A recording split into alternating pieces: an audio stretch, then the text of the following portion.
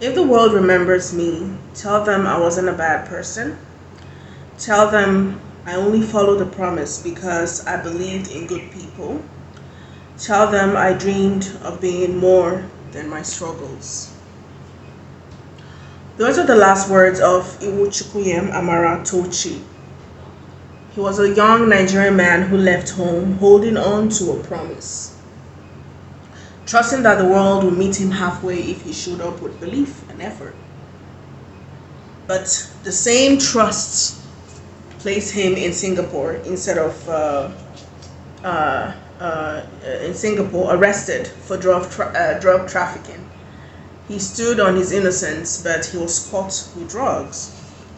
Back home in Nigeria, the then president Olusegun Obasanjo stepped in, traveled to Singapore to appeal for mercy, to ask for time, to ask for a reconsideration of a life that was still full of possibility, but all failed.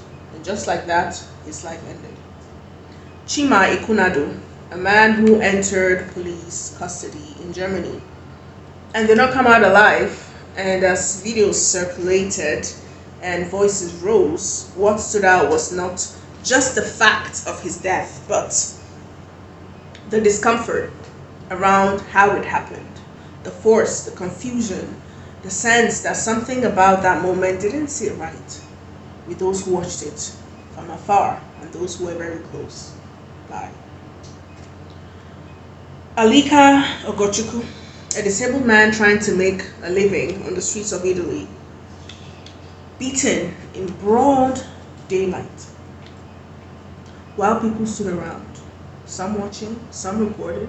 Very few stepped in, and you begin to ask yourself what it means for life to end in public but still feel invisible at the same time. Emmanuel Chidi Nnamdi stood up in defense of someone he loved and paid for that decision with his life. And even though there was a trial, even though there was a legal process, yes, there was, there remains a lingering feeling among many Nigerians and Africans that justice and closure are not always the same thing. There are thousands of Africans with stories like this around the world. What these names have in common is the fact that they were all Nigerians who lost their lives outside of Nigeria in different countries under different circumstances, right? With investigations that sit at different stages. As I speak to you, xenophobic attacks are still happening in South Africa. And Africans are turning on Africans with a level of intensity that makes you short of words. Africans are losing their lives within their own countries, right? Nigerians are dying in Nigeria for reasons that are as complex as they are familiar. So the question that begins to form in my mind is no longer about isolated incidents, but about something even more disturbing. What happened to us? What happened to Africa? What happened to Africans? At this point, we can't keep pointing fingers to foreigners, right? They did it. Without eventually turning the same finger to ourselves. Because the truth is that often, people learn how to treat you by watching how you treat yourself. And whether you like it or not, the world is watching. The world is observing patterns. The world is drawing conclusions from what it sees in our interactions with one another. We see it in the way Africans attack other Africans. People who look like us, who share the same history, the same struggles, the same inherited realities, and yet become targets. And when we see the contrast, right, where those who oppressed us in the recent past are still allowed to stay, to operate, to exist without the same level of hostility, You see it in smaller everyday choices. You know, they make sense when you add up. In our preference for foreign products over local ones, in the subtle elevation of anything that comes from outside, in the pride that sometimes follows marrying from outside the African continent, as though proximity to something foreign translates into an upgrade in a human value. You know, you see it in global spaces where decisions are made, where Africans are present but not always heard. Sometimes we're present, but they're not always impactful. Right? It's not the case of lack of intelligence, or capacity, but because something has been conditioned over time. Something that shapes how we enter rooms, how we speak, how long we hold our ground before we retreat. This doesn't happen overnight. It is learned behavior, built layer by layer through history, through systems, through repeated messaging that becomes internal truth, until you begin to see yourself through a lens that was never meant to set you free or empower you. This is sickness. Yes, I call it sickness, mental sickness. In the name, of religion. It came through religion, through colonialism, through power structures that positioned Africa as less.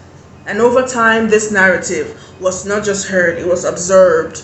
It settled into the way we interpret the world, into the way we interpret ourselves, into the way most of us interpret other Africans.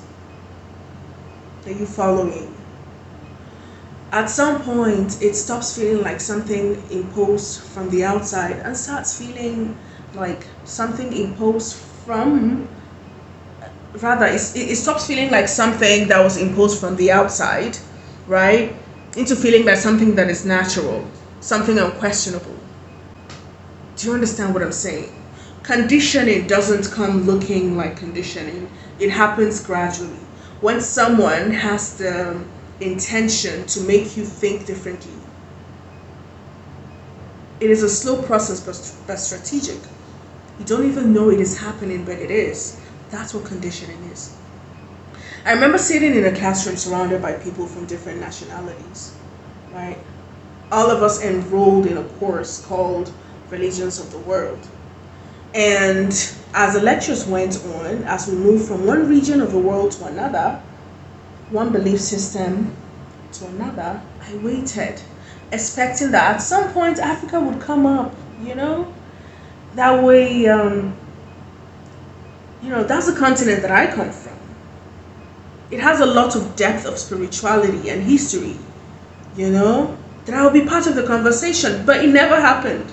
And I sat there listening, observing, until it became impossible for me to ignore. So I raised my hand and I pointed out the obvious, that I'm African.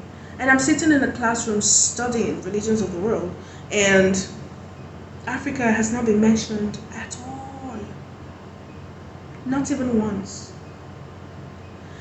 And in that moment, the silence that followed said more than any lecture would. Right? Because it revealed that this omission was not accidental, it was structured. It was part of a larger pattern where entire histories can be erased or minimized without resistance, unless someone inside the room decides to challenge it. Those who hold power globally have curated a narrative, one that positions Africa and Africans as dispensable, as peripheral, as optional in conversations that should naturally include us. And when you grow up inside that narrative long enough, believe me, you begin to internalize it. You think it's your voice. You teach your children that better is out there. It's not within them. When a child grows up in that environment, that tells him that he is small. He believes it. And that's all he knows. So when you look at these deaths that I mentioned, right? When you look at these patterns, when you look at how Africans are treated abroad and how Africans treat each other at home, you cannot separate them from conditioning, you know? This is why we have to ask better questions, harder questions, questions that disrupt our reality and force clarity. Because staying asleep inside this pattern only ensures that it continues. Unfortunately, there are people amongst us that don't want change because change will take comfort from them. I think we all know who those people are. We have to wake up. We have to wake up enough to see it, to name it, to challenge it in the spaces that we occupy, in the choices that we make, in the way we see ourselves and others who look like us. We live in a capitalist world. It is about power, it is about money, it is about resources. Resources that are stolen and keep being taken from us as I speak.